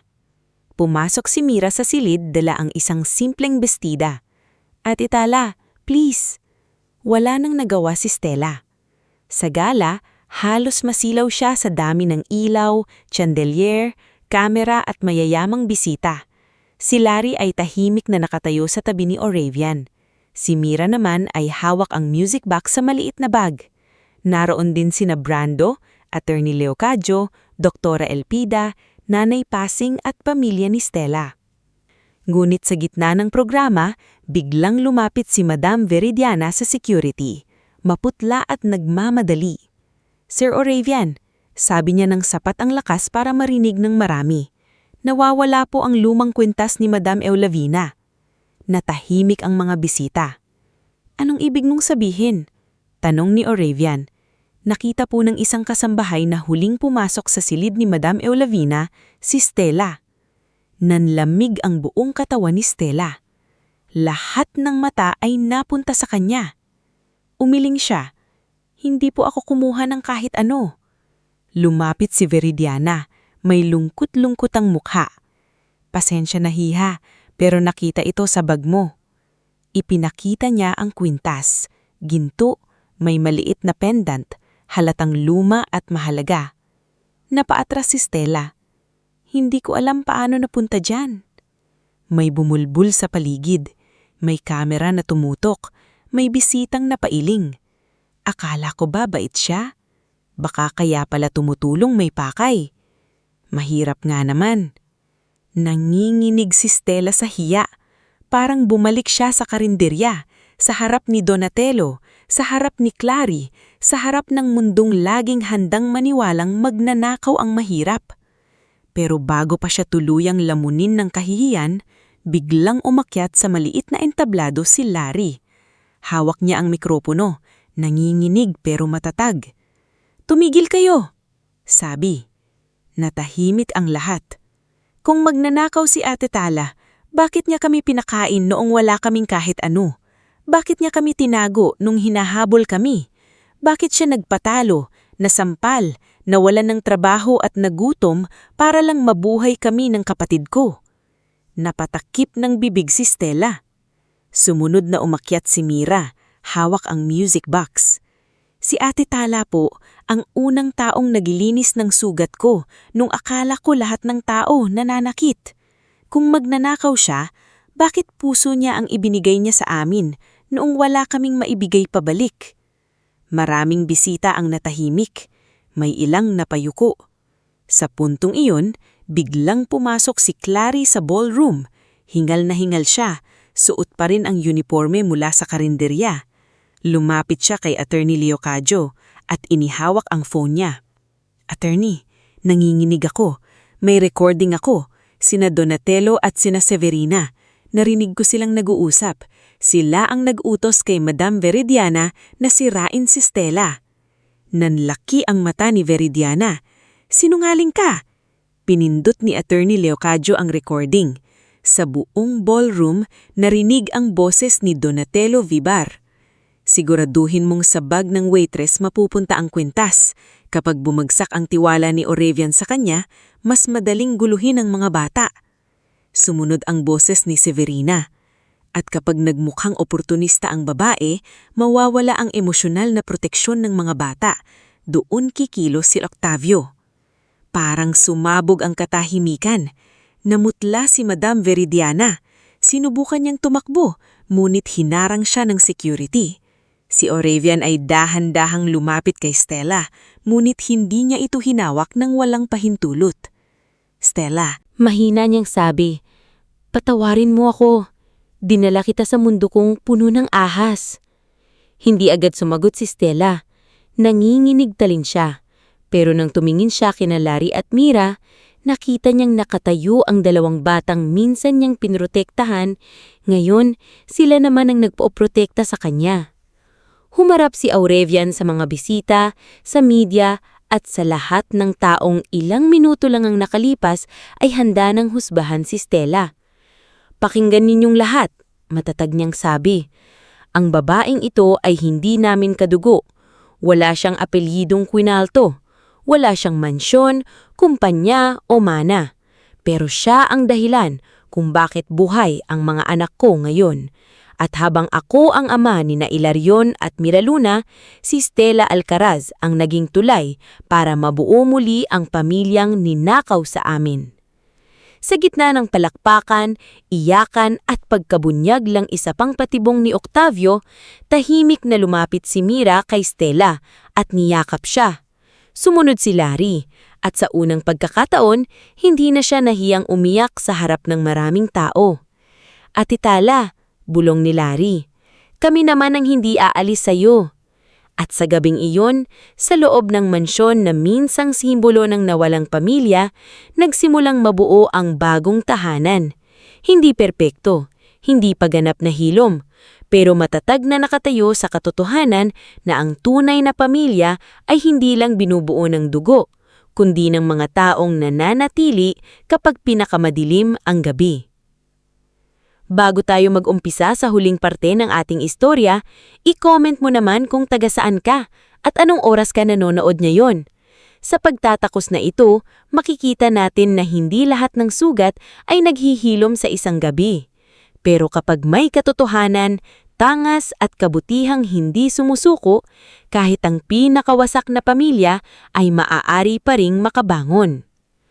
Pagkatapos ng gabing iyon sa charity gala, hindi na muling bumalik sa dati ang buhay ni Stella Alcaraz, Larry, Mira at Oravian Quinalto. Ang ballroom na ilang sandali lang noon ay puno ng bulungan at panghuhusga ay naging lugar ng pagbubunyag. Sa harap ng mga bisita, media, abogado at mga taong minsang handang maniwala sa kasinungalingan, nalantad ang planong sirain si Stella upang muling maihiwalay ang magkapatid sa mga taong nagpoprotekta sa kanila. Kinabukasan, laman ng balita ang nangyari. Ngulit sa pagkakataong iyon, hindi na lamang si Stella ang pinag-uusapan bilang mahirap na waitress. Ang pangalan niya ay nabanggit bilang babaeng nagligtas sa 2 batang itinago ng kasakiman. lumabas din ang recording na dala ni Clary, at mula roon ay nagsimula ang mas malalim na imbestigasyon laban kina Severina Galvante, Donatello Vivar, Madam Veridiana Laksamana at higit sa lahat kay Octavio Quinalto. Pero kahit nagsisimula ng manaig ang katotohanan, hindi naging madali ang mga sumunod na buwan. Sa loob ng mansyon ng mga Quinalto, naging mas mahigpit ang seguridad. Bawat empleyado ay muling sinuri. Bawat dokumento noong panahon ng pagkawala ni Larry at Mira ay binuksan ni Attorney Leocadio Seneres. Ang dating tahimik na bahay na puno ng alikabok ng pagluluksa ay naging abala sa mga imbestigador, abogado, social worker na tunay na mapagkakatiwalaan at mga taong gustong ayusin ang maling nangyari. Isang umaga, nakita ni Stella si Larry sa hardin. Nakaupo ito sa ilalim ng malaking punong nara. Hawak ang laruang eroplano na nakuha ni Aurelian mula sa lumang silid nito. Hindi na iyon ang orihinal na laruang nasunog sa rest house, kundi kaparehong modelo na matagal palang itinago ni Eulabina sa isang kahon. "Hindi ka pa kumakain," mahinang sabi ni Stella habang lumalapit. Hindi tumingin si Larry. "Busog pa ako." "Larry," doon lang siya napatingin. "Hindi ako sanay." "Saan?" "Sa lahat." Napahigpit ang hawak niya sa laruan. "Hindi mo kailangang maging okay agad." "Pero lahat sila parang naghihintay." "Hindi ako naghihintay." Napatingin si Larry sa kanya. "Kung galit ka, galit ka. Kung nalulungkot ka, malungkot ka. Hindi porket bumalik ka sa bahay ninyo, ibig sabihin tapos na ang sakit." Hinawakan ni Stella ang kamay niya. "Ang mahalaga, hindi ka na mag-iisa sa sakit na iyon."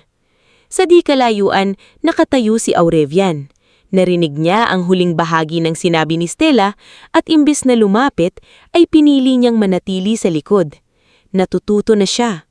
Noon, akala niya kapag mahal mo ang isang tao, sapat nang ibigay ang lahat ng kailangan nito. Ngayon, natutunan niya na minsan ang pagmamahal ay marunong maghintay sa tamang distansya. Si Mira naman ay mas mabilis na nagpakita ng lambing kay Aurelian, pero mayroon pa rin siyang mga gabing nagigising na umiiyak. Kapag nadidilim ang kwarto at may naririnig siyang sasakyan sa labas, akala niya ay may darating na naman para kunin sila. Sa mga gabing iyon, hindi niya hinahanap ang marangyang kama o mamahaling laruan. Ang hinahanap niya ay ang boses ni Stella. "Ate Taya!" Umiiyak niyang tawag isang gabi. Agad namang bumangon si Stella mula sa katabing silid at pumasok. Naroon si Mira, nakayakap sa music box ng kanyang ina. "Akala ko po mawawala ulit kami," hikbi ng bata. "Hindi na," sagot ni Stella habang niyayakap siya. "Nandito na kayo. Ligtas na kayo." Pumasok din si Aurelian, ngunit huminto siya sa may pinto. "Pwede ba akong pumasok?" Tumingin si Mira kay Stella, saka dahan-dahang tumanggo. Lumapit si Aurelian at umupo sa gilid ng kama. Hindi niya inagaw ang yakap mula kay Stella. Sa halip, inilapit lang niya ang kamay niya.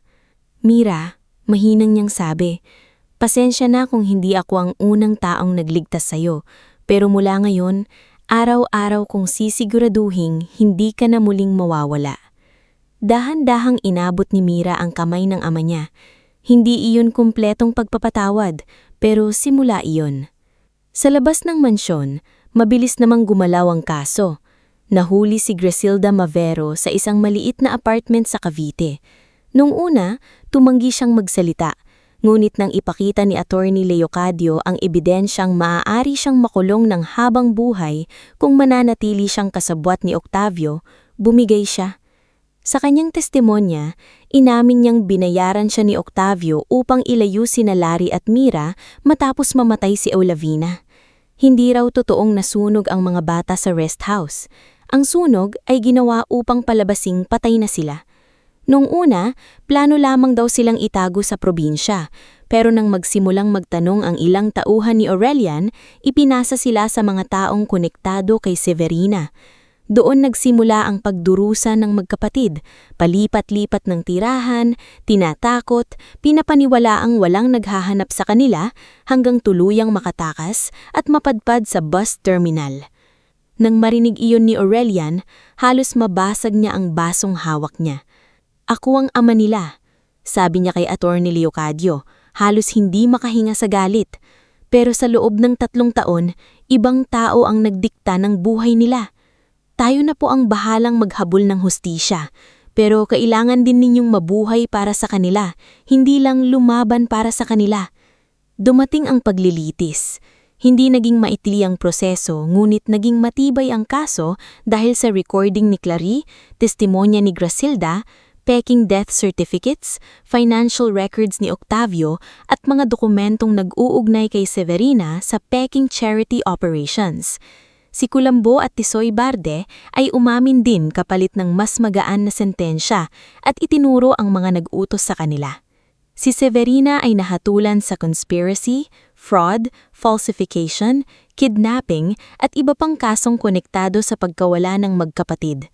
Si Donatello Vibar ay nawalan ng negosyo matapos mapatunayan na ginamit niya ang pera at koneksyon para tumulong sa paninira at harassment.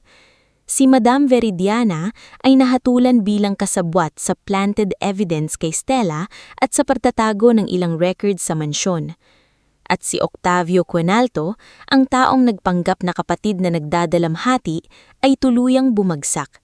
Sa korte, habang binabasa ang desisyon, nakaupo sina Larry at Mira sa pagitan ni Stella at Aurelian. Hindi dinala ni Aurelian ang mga bata para pahirapan sila, kundi dahil si Larry mismo ang humiling. "Gusto kong makitang hindi na kami kayang takutin," sabi ng bata. Nang nahatulan si Octavio sa conspiracy, fraud, falsification, kidnapping at iba pang kasong konektado sa pagkawala ng magkapatid, hindi nagsaya si Larry. Hindi rin siya numiti. Huminga lang siya ng malalim, parang unang beses niyang ilibas ang hangin na 3 taon niyang pinigil. "Tapos na ba?" tanong ni Mira kay Stella. Hinalikan ni Stella ang noo ng bata. "Yung kaso, oo. Pero yung paghihilom, dahan-dahan pa rin." Lumipas ang 2 taon. Hindi naging perpekto ang lahat pero naging mas maayos. Si Mang Osberto ay natutong maglakad gamit ang tungkod matapos ang mahabang therapy. Hindi na siya kasing lakas ng dati pero kaya na niyang tumayo sa harap ng pinto tuwing umaga at salubungin si Stella ng ngiti. Si Aling Nemesia naging supervisor sa laundry training program ng Quinalto Hotel Group, kung saan tinutulungan niya ang mga manang na walang trabaho na matuto ng maayos na kabuhayan. Si Joe Marvion naman ay nagpatuloy sa pag-aaral at naging mas seryoso. Minsan, biro niya kay Stella, "Ate, kapag yumaman ako naman ang magtapahinga sa'yo." Tinatawanan lang siya ni Stella. "Unahin mo muna assignments mo bago pangaraping maging milyonaryo." Si Brando naman, mula sa pagiging delivery rider, ay nakapagpatayo ng maliit na logistics service na naghahatid ng pagkain, gamot, at supplies sa mga community program. Hindi siya biglang yumaman, pero umunlad siya ng marangal. At kahit hindi nila minamadali ang anumang namagitan nilang dalawa, halata sa lahat na may tahimik na pagmamahalang namumuo, yung klase ng pagmamahal na hindi kailangang ipagsigawan dahil araw-araw naman pinatutunayan. Si Stella nagtapos sa culinary program. Sa araw ng graduation niya, nandoon sina Mang Osberto, Aling Nemesia, Joe Marvion, Brando, Nanay Pasing, Doktora Elpida, Attorney Leocadio, Aurelian, Larry, at Mira. Habang tinatanggap niya ang kanyang certificate, naalala niya ang mga gabing tubig lang ang laman ng tiyan niya, ang mga insulto ni Donatello, ang paninira ni Clary, at ang gabing nakita niya ang 2 batang gutom sa likod ng basurahan. Nang bumaba siya sa entabla, sinalubong siya ni Mira ng yakap. "Chef, tala ka na!" Napatawa si Stella, hindi pa chef. Pero malapit na. Si Larry, na ngayon ay mas matangkad na at mas kalmado na ang mata, inabot sa kanya ang isang maliit na kahon. Sa loob nito ay isang simpleng lapel pin na hugis bituin. "Para sa uniform mo," sabi niya, "kasi ikaw naman talaga ang tala namin." Hindi napigilan ni Stella ang umiyak. Mula sa pangarap niyang maliit na kainan, ipinanganak ang Hapag-Tala, isang community kitchen malapit sa dati niyang pinagtatrabahuang bus terminal. Hindi ito marangyang restaurant. May mahabang mesa, bukas na kusina, reading corner para sa mga bata at maliit na clinic room na pinupuntahan ni Doktora Elpida 2 beses sa isang linggo. Sa umaga, nagpapakain sila ng lugaw, tinapay at itlog. Sa hapon, may feeding program at tutorial. Sa gabi, may livelihood training para sa mga nanay. Ayaw ni Stella na maging proyekto lang ito ng mayayaman. Tinanggap niya ang tulong ni Aurelian. Pero malinaw ang usapan nila. Sir, sabi niya noong unang pinaplano ang Hapag-Tala, ayokong umasa lang sa donasyon ninyo. Gusto kong matuto itong tumayo sa sarili. Anong kailangan mo? Tanong ni Aurelian. Training, sistema at pagkakataon. Hindi awa. Ngumiti si Aurelian. Yan ang ibibigay ko. Si Clary na nagbago matapos ang gabing nagbigay siya ng recording ay nagpunta rin sa Hapag-Tala isang araw. Hindi magara ang suot niya. Wala na ang dating taas ng kilay. Tahimik siyang lumapit kay Stella habang naghihiwa ito ng gulay. Hindi ko alam kung may karapatan akong humingi ng tawad, sabi ni Clary. Tumigil si Stella sa paghihiwa. Ang dami kong sinabi sa'yo noon. Inggit ako. Kasi kahit pareho tayong galing sa hirap, ikaw hindi pumangit ang puso mo. Ako ginawa kong dahilan ang hirap para manakit. Matagal bago nagsalita si Stella. Hindi madaling kalimutan, Clary. Tumanggo si Clary, luhaan. Alam ko, pero kung gusto mong bumawi, hindi sa akin. Doon, itinuro ni Stella ang mga batang nakapila para sa pagkain. Tumulong ka sa kanila, araw-araw, kahit walang pumapalakpak. Mula noon, naging volunteer si Clary. Hindi agad siya minahal ng lahat, pero natuto siyang magtrabaho ng tahimik. Ngunit, kahit may maganda nang nangyayari, dumating pa rin ang huling pagsubok. Isang negosyanteng nagngangalang Ruperto Salvador ang nagtangkang bilhin ang lupang kinatatayuan ng Hapag-Tala upang gawing commercial parking. Nagpakita siya isang hapon. May dalang abogado at alok ng malaking halaga. Miss Alcaraz, maganda ang layunin ninyo, pero mas praktikal kung ililipat na lang ito. Sayang ang lupa sa feeding center. Tumingin si Stella sa kanya. Sayang po ang lupa kapag kotse lang ang pinakikinabangan, habang may batang gutom sa tabi. Ngumiti si Ruperto na parang kausap niya ay batang walang alam. Idealistic ka. Pero pera ang nagpapaikot ng mundo. Hindi po, sagot ni Stella. Pera ang nagpapaikot ng negosyo. Pero malasakit ang nagpapatayo ng komunidad. Sinubukan ni Ruperto na gamitin ang koneksyon sa lokal na opisyal, ngunit hindi na nag-iisa si Stella. Tumindig ang mga nanay na nagkaroon ng trabaho, ang mga batang natutong bumasa, ang mga driver na unang bumili ng lugaw niya, ang nanay Pasing na nagluto para sa lahat, ang Brando na naghatid ng supplies, at Attorney Leocadio na nag-ayos ng legal protection, at si Aurelian na hindi ginamit ang yaman para mang-api, kundi para ipagtanggol ang tama. Sa ikalawang anibersaryo ng Hapag-Tala, nagtipo ng lahat sa mahabang mesa sa bakuran. May mga banderitas, simpleng ilaw, at amoy ng sopas, adobo, pansit, at bagong lutong tinapay. Naroon ang mga batang minsang nakapila dahil gutom. Ngayon ay tumutulong ng maghain. Naroon ang mga nanay na dating walang trabaho. Ngayon ay may sariling maliit na hanap buhay. Umakyat si Larry sa maliit na entabla. Binata na siya. Ngunit sa mata niya ay naroon pa rin ang batang minsang natakot sa likod ng terminal. Noong unang pinakain namin ni Ate Tala, akala ko may kapalit. Kasi sa buhay namin noon, lahat ng tulang may kapalit na sakit. Pero tinuruan niya ako na may mga tao palang nagbibigay dahil iyon ang tama. Hindi niya kami iligtas dahil kilala niya kami. Iniligtas niya kami dahil kailangan namin. Tahimik na umiiyak si Stella sa harap. Sumunod si Mira. Hawak niya ang lumang music box ng kanyang ina. Pinihit niya iyon at tumugtog ang pamilyar na melodiya. Habang tumutugtog, kumanta siya ng simpleng awit tungkol sa tahanan, pagkawala at pagbalik. Napaiyak si Aurelian. Hindi na iyon luha ng purong sakit. Luha iyon ng ama na alam niyang marami siyang nawala, pero may naibalik pa ring sapat para mabuhay ulit. Pagkatapos ng kanta, lumapit si Aurelian sa entabla. Marami akong gusuli. Sabi niya, marami akong negosyo, marami akong ari-arian, pero wala sa mga iyon ang nakapagturo sa akin kung paano maging ama muli. Ang nagturo sa akin ay ang babaeng minsang nagbigay ng pagkain sa mga anak ko noong wala siyang sariling kasiguraduhan sa buhay. Tumingin siya kay Stella. Simula ngayon, ang Hapag-Tala ay magiging permanenteng katuwang ng Quinalto Foundation. Pero malinaw sa lahat, hindi ako ang puso ng lugar na ito. Si Stella Alcaraz ang puso nito.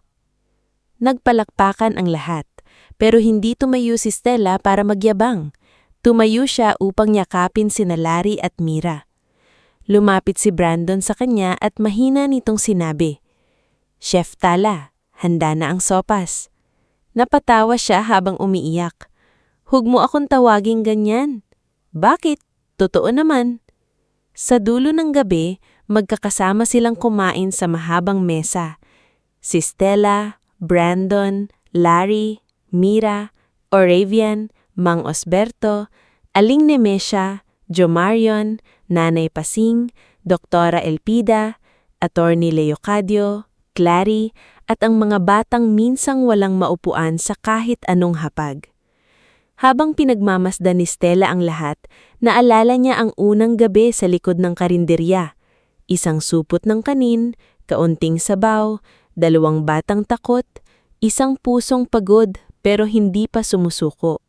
Hindi niya alam noon ang simpleng pagkain na iyon ang magiging simula ng pagbabalik ng isang pamilya, pagbagsak ng mga kasinungalingan at pagsilang ng lugar na magiging tahanan ng maraming batang gutom sa pagkain, aruga at pag-asa.